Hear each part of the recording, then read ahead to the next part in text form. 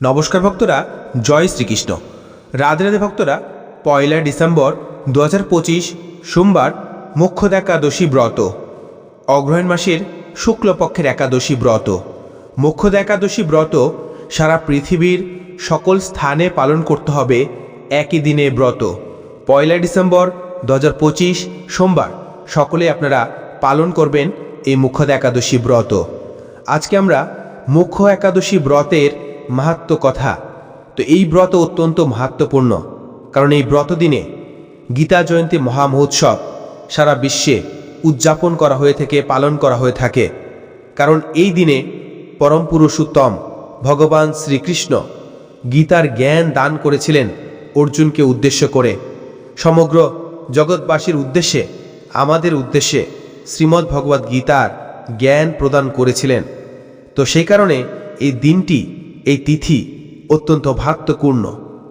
মার্গশীর্ষ মাসের বা অগ্রহায়ণ মাসের শুক্লপক্ষের একাদশী তিথি, ভগবানের অত্যন্ত প্রিয় মাস এই অগ্রহায়ণ মাস।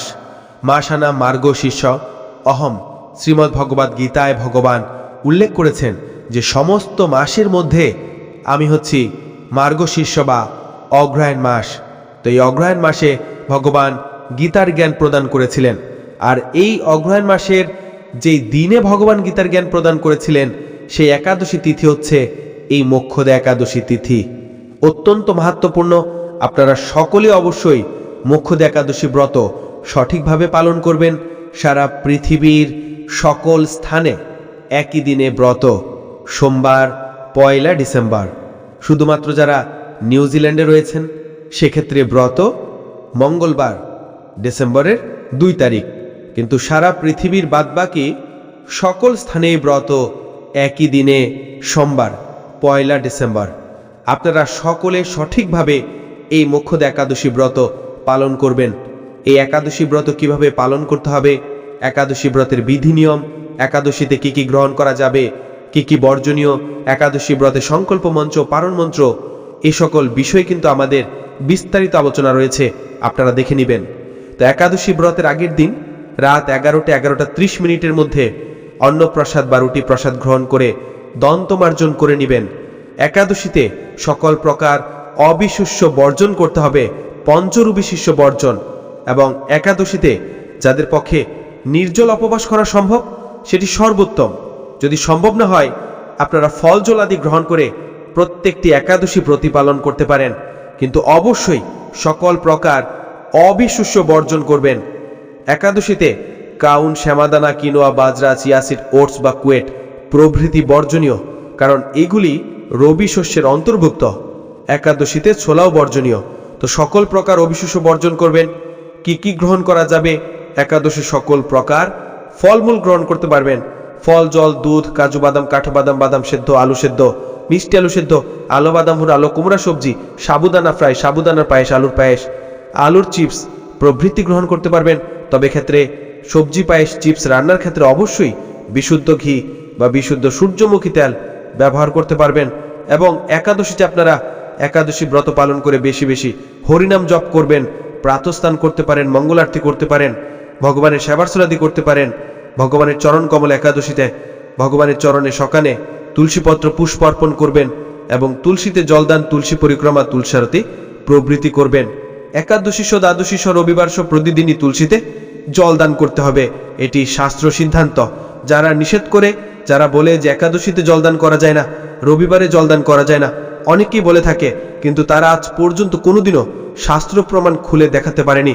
কিন্তু আমরা শাস্ত্র থেকে বহুবার আলোচনা করেছি, এই সম্পর্কে বিস্তারিত আলোচনা রয়েছে, আমরা জানি। তো আপনারা বেশি বেশি শাস্ত্র অধ্যয়ন করবেন, গীতা ভাগবত পাঠ করবেন, হরিনাম জপ করবেন, হরিনাম কীর্তন করবেন, ভগবানের সেবার্চনাদি করবেন এই একাদশী দিনে। আর এই একাদশী দিনে যেহেতু ভগবান গীতার জ্ঞান প্রদান করেছিলেন, তাই অত্যন্ত মাহাত্ম্যপূর্ণ। এই দিনে আপনারা বেশি বেশি গীতা ভাগবত পাঠ করবেন। যারা গীতা সংগ্রহ করতে চান, আমরা সমগ্র ভারতে হোম ডেলিভারি দিচ্ছি। আপনারা জানাতে পারেন, আমাদের হোয়াটসঅ্যাপে যোগাযোগ করতে পারেন।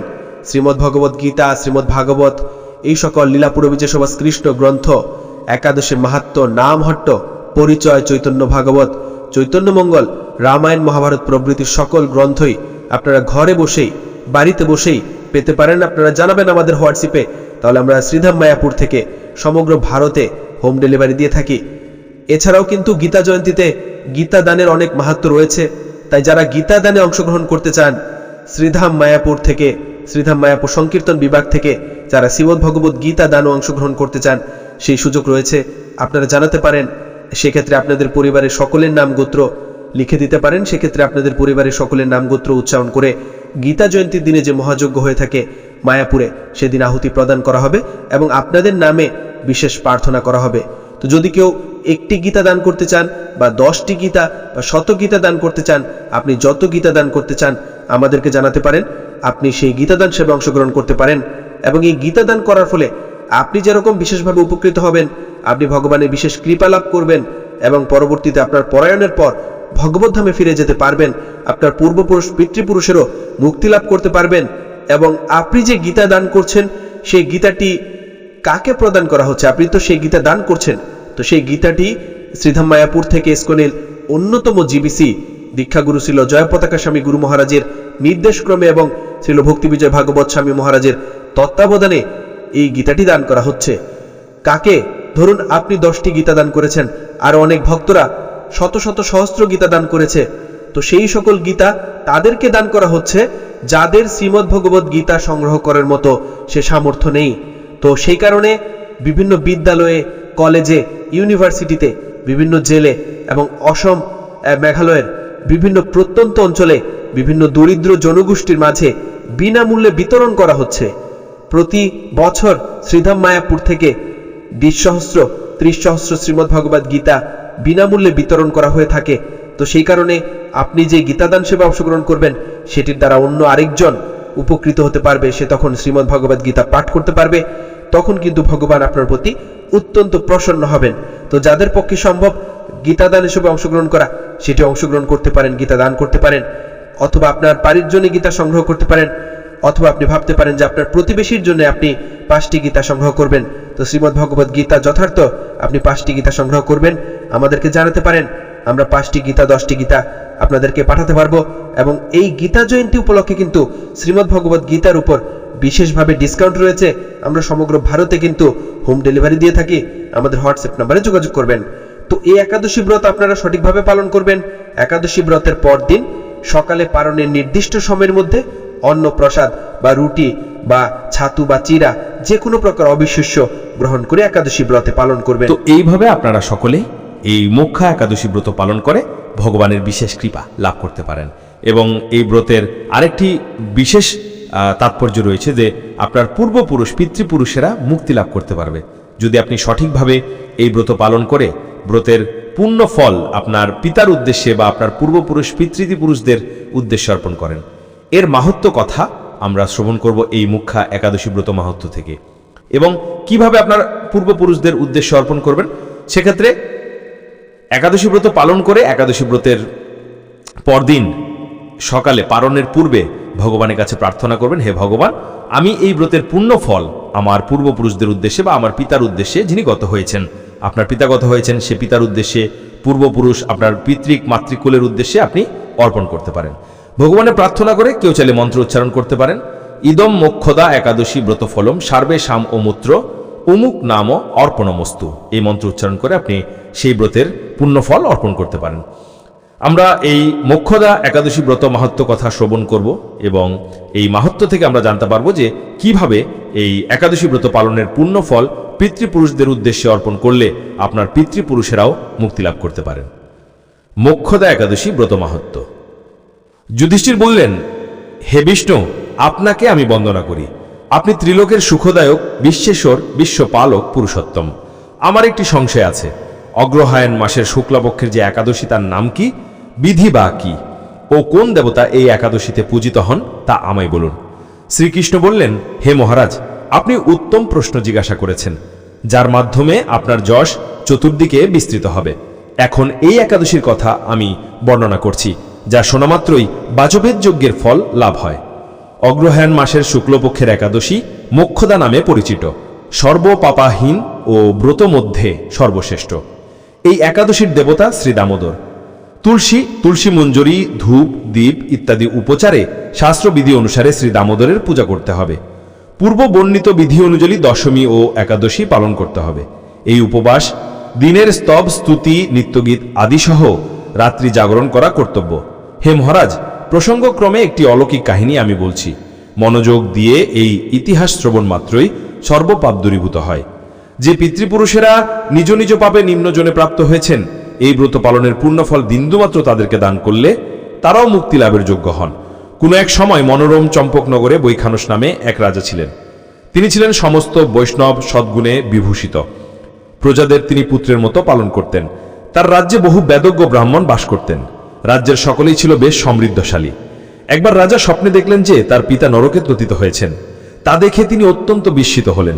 পরদিন ব্রাহ্মণদের ডেকে বলতে লাগলেন, হে ব্রাহ্মণগণ, গত রাত্রিতে স্বপ্নে নরকে দুঃখে পিতাকে দুঃখ পেতে দেখে আমার হৃদয় যে তিনি আমাকে লক্ষ্য করে বলতে লাগলেন, হে পুত্র, তুমি আমাকে নরক থেকে উদ্ধার করো। তার সে অবশ্য দেখে আমার অন্তরে সুখ নেই। আমার এই বিশাল রাজ্য, স্ত্রী, পুত্র, কিছুতেই আমি শান্তি পাচ্ছি না। কি করি, কোথায় যাই, কিছুই বুঝে উঠতে পারছি না। আমার পূর্বপুরুষেরা মুক্তি লাভ করতে পারেন এমন কোন পুণ্যব্রত, তপস্যা ও যোগের পথ আমাকে উপদেশ করুন। আমি অনুষ্ঠান করব।